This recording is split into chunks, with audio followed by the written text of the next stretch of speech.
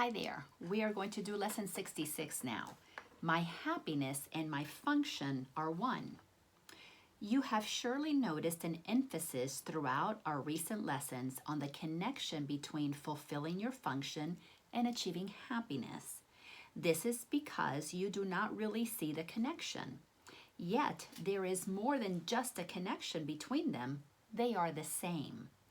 Their forms are different, but their content is completely one. What this means is that until we are happy, we're really not fulfilling our function. And if you want to know what your life purpose is, which is what your function is, your purpose is to be happy, is to experience happiness no matter what is happening. So that may look different on the outside. The function, you may have a function one day as a mother. Maybe in the morning you're the mother, maybe in the afternoon or later in the day you are the corporate executive. Maybe you're the nurse, maybe that's your function, that appears to be your function on the outside. But the content is for you to experience happiness, whether you're being a mother, whether you're at the corporate office or you're a nurse. The same thing goes for a man. Whether you are single and dating, or whether you are in a committed relationship, or you're the head of a company, or you're somebody who happens to be maybe even in jail. Your function is to do those things with happiness, to bring happiness and joy to the experience. Now, many of us might say, well, how can you be joyful inside of a jail cell or in a terrible situation where you're dealing with let's say, a sick child? Well, this is where we have to begin to really practice what we're being taught. And that is that happiness is here. Happiness is a recognition that I am not what is outside of me, but there is a joyfulness for being the one who gets to be the experiencer of what is happening. And again, those things will become more apparent later on. But for now, let's stick with that. The function might look different on the outside, but the purpose of what you're supposed to be experiencing is happiness on the inside, no matter what the form looks like. Paragraph 2. The ego does constant battle with the Holy Spirit on the fundamental question of what your function is. So does it do constant battle with the Holy Spirit about what your happiness is. It is not a two-way battle. The ego attacks and the Holy Spirit does not respond. So, when you're thinking, well, what's my function? Why aren't I happy? I got married. Why aren't I happy? I got the degree. Why aren't I happy? I've got $100 million in the bank. Why are not happy? The ego is asking this question, but the Holy Spirit is not going to respond. Because the Holy Spirit knows what your function is. He knows that it is your happiness. So it's not going to answer why are you not happy, because happiness is what you're supposed to be experiencing, because it is what you are. Paragraph 3. Did you get that?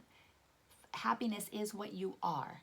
It's your function is to be the presence of God that is the expression of happiness. It's a joy, it's a contentment to be the experiencer of whatever is happening. Paragraph 3. Today we will try to go past this wholly meaningless battle and arrive at the truth about your function. We will not engage in senseless arguments about what it is. Yes, don't try to figure out how can you be happy in certain circumstances but not in others. Skip that senseless battle. We will not become hopelessly involved in defining happiness and determining the means for achieving it. We will not indulge the ego by listening to its attacks on truth. We will merely be glad that we can find out what truth is. So what is not truth is the illusion that is getting played out in the world, all the circumstances that a bunch of egos has projected out in the forms of dysfunction, in the forms of hurting others, in the forms of things that just don't look good. But to focus on those things is to take the attention off of where your power lies, which is to come inside and discover the truth about who you are, so that then you can begin to project a world you will love, because you will be a happy being seeing happiness outside of you. So paragraph 4. Our longer practice period today has as its purpose your acceptance of the fact that not only is there a very real connection between the function God gave you and your happiness, but that they are actually identical. So we're going to get to the meat of this statement when we get into this practice period. God gives you only happiness, period. That is the truth.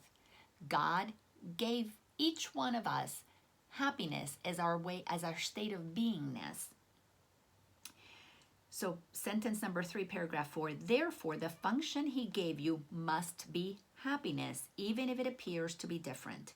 Today's exercises are an attempt to go beyond these differences in appearances and recognize a common content where it exists in truth.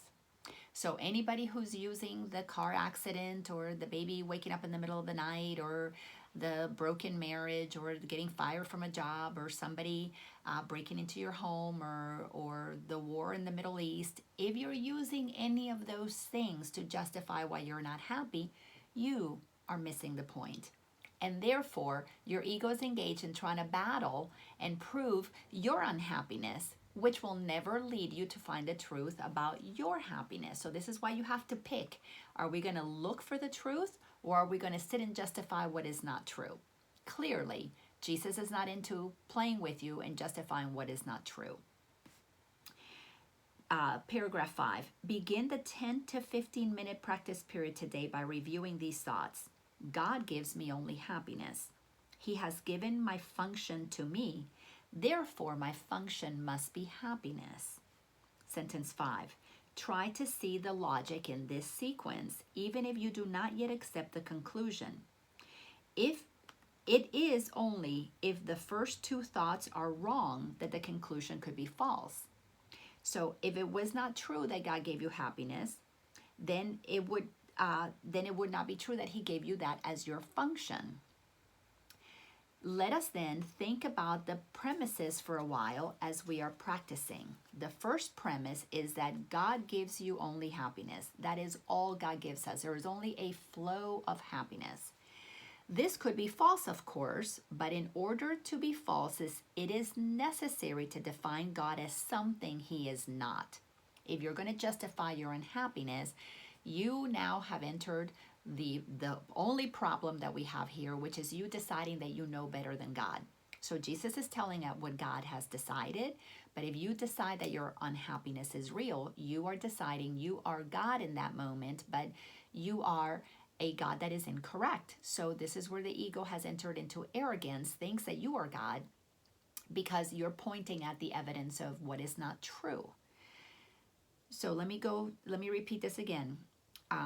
Paragraph 6. So the first premise is that God gives you only happiness. This could be false, of course, but in order to be false, it is necessary to define God as something he is not. Love cannot give evil, and what is not happiness is evil. What is not happiness is evil. What is evil? It is simply incorrect information, misinformation, a block to truth. That's all that it is.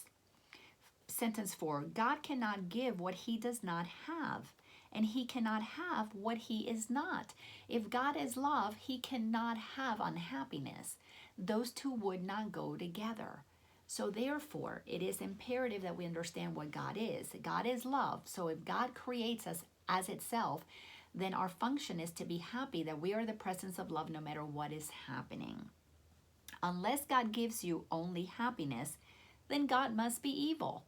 So see how the logic of these statements has to be understood? And it is the definition of him you are believing if you do not accept the first premise. So the first premise, God gives you only happiness. Then that means we are certain God is love. He has given my function to me. All right, so if this is a loving God, then happiness is my function. Those two now make perfect sense. Paragraph 7. The second premise is that God has given you your function. We have seen that there are only 2 parts to your mind. One is ruled by the ego and is made up of illusions. These are all the beliefs that are not true about us and others. The other is the home of the Holy Spirit where truth abides. This is the thinking of your essence, your soul, your spirit. Again, Holy Spirit. There are no other guides but these to choose from, and no other outcomes possible as a result of your choice, but the fear that the ego always engenders and the love that the Holy Spirit always offers to replace it. So again, we can only think in one of two ways: love or fear, ego or God, period. So if God gave us our function and it is love, what is fear? What is unhappiness? If we are love, happiness will always be our function because we will always be joyful about whatever is in front of us. There's only two possible places that we can be thinking from, and one of them is not real.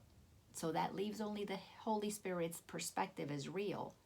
And for it to be real, it has to be consistent with what God is. So if God is love and it gave us our function to be like itself, happiness is what we will feel when love is flowing through us to everything that is there. Remember, fear is the pulling back of love. So it's a block to love.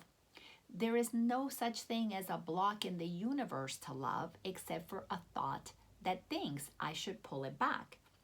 So if you get clear that that thought that tells you you should pull it back is the source of your unhappiness, then don't you want to think with God, who said that your love flowing out is your function? Because that's how you feel happy, because you're flowing love. You're loving what is, because if you pull love back, you're judging what is. You're saying, this does not deserve my love. And in that condemnation, you are going to feel unhappy. But it's not that thing out there. It's your decision to think with the ego, not the Holy Spirit. Paragraph 8. Thus, it must be that your function is established by God through his voice, through the Holy Spirit, or is made by the ego, which you have made to replace him, which is true. Unless God gave your function to you, it must be the gift of the ego. So if you want to claim unhappiness for anything that is happening in your life, then you have chosen to believe your ego mind. Don't blame it on God. God didn't do that. You have done that because you're deciding to think about the thing that is happening with judgment as opposed to with love. That's why you can only feel happy when you're flowing love. When you pull love back, of course it feels uncomfortable. It is an unhappy place because you're not feeling the truth of who you are. You've just numbed yourself from your truth. That discomfort is unhappiness. Does the ego really have gifts to give, being itself an illusion and offering only the illusions of gifts? Paragraph 9. Think about this during the longer practice period today. Think about the many forms the illusions of your function has taken in your mind, and the many ways in which you try to find salvation under the ego's guidance. By judging, we thought we were protecting ourselves because we were listening to the ego, but we were never happy. Not really. You might have been happy the first minute of the judgment, maybe the first 30 seconds of the judgment, but then you're left with this discomfort that is the unhappiness that we feel because we blocked love. Paragraph 9 still, sentence 3. Did you find it? Where were you happy? So this is talking about, think about this during the longer practice periods. Look at all the ways that our illusions about happiness have caused us to experience unhappiness. So did you find it? Were you happy? Did they bring you peace, the ego's guidance? We need great honesty today. Great honesty today. Remember the outcomes fairly. Let me repeat that again. Remember the outcomes fairly and consider also whether it was ever reasonable to expect happiness from anything the ego ever proposed. Yet the ego is the only alternative to the Holy Spirit's voice. So if you're not listening to the voice of love that says, flow, let the love flow, no matter what, let it flow, you have chosen to listen to the ego. You have chosen. This is where the honesty comes in. All my unhappiness was self-inflicted. All of my unhappiness is self-inflicted. Now, if I let myself be happy because I'm following God, there's going to be an ease about my life. If I believe, on the other hand, that unhappiness is what I should be experiencing, I'm going to have a lot of discomfort. I can't blame God for that. I can only take responsibility for I did that to myself, because all happiness and unhappiness is self-inflicted. God gives us the flow. We inflict the block with our thoughts, our judgments, and we feel the discord. That is what unhappiness is. Paragraph 10. You will listen to madness or hear truth. Pretty simple. Try to make this choice as you think about the premises on which our conclusion rests. We can share in this conclusion, but in no other. The conclusion is simple: ego or God. That's it. Love or fear. For God himself shares it with you. Today's idea is another giant stride in the perception of the same as the same and the different as different. On one side stands all illusions, which is what the differences are. The ego likes to do that. All truth stands on the other, which is what is always the same. Let us try today to realize that only the truth is true.